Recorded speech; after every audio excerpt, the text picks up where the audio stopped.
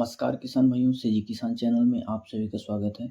और आज हम बात करेंगे सल्फर के बारे में कि इसका उपयोग किस लिए करना चाहिए और इसके उपयोग से हमारी धान की फसल में क्या फ़ायदा मिलेगा, और साथ ही हम इसके महत्वपूर्ण विषय पर बारीकी से चर्चा करेंगे। तो किसान भाइयों, यदि हमारे चैनल सेजी किसान को आपने सब्सक्राइब नहीं किया है तो सब्सक्राइब कर लीजिए और बेल आइकन को दबा लीजिए, ताकि आपको समय समय पर कृषि से संबंधित, दवाई से संबंधित सभी प्रकार की जानकारी मिलती रहे। तो किसान भाइयों, जैसा कि हम जानते हैं कि धान की फसल में हम नाइट्रोजन का इस्तेमाल करते हैं, फास्फोरस का भी इस्तेमाल करते हैं और पोटेशियम का भी इस्तेमाल करते हैं।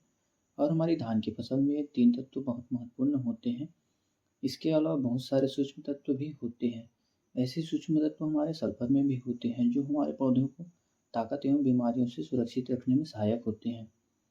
धान की फसल में सल्फर का इस्तेमाल करने के क्या फ़ायदे होते हैं? पहला, सल्फर की मदद से पौधे में एंजाइम और विटामिन बनते हैं। दलहनी में सल्फर दलहनी वाली फसलों में सल्फर से जड़ों की ग्रंथियां बनती हैं, जो नाइट्रोजन स्थिरीकरण करती है। तीसरा, सरसों, प्याज और लहसुन, उनकी प्राकृतिक गंध सल्फर के कारण ही वजह से पैदा होती है। चौथा, धान की फसल में कल्ले तेजी से निकलते हैं।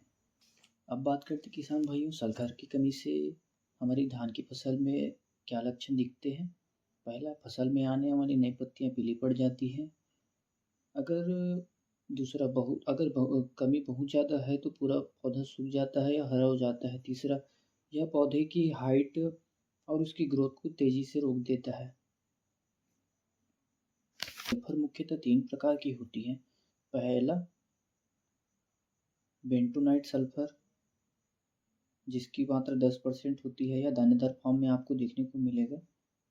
और इस सल्फर को आप स्प्रे नहीं कर सकते। इसका उपयोग आप प्रति एकड़ के हिसाब से 1 केजी या 3 केजी के हिसाब से इसका उपयोग रेत में या खाद में मिलाकर इसका उपयोग कर सकते हैं।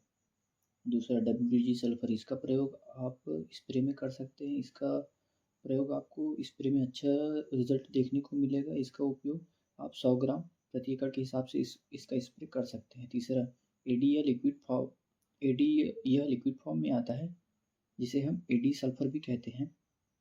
इसका रिजल्ट आपको पौधे या सब्जी या फल और सब्जियों में अच्छा रिजल्ट देखने को मिलेगा।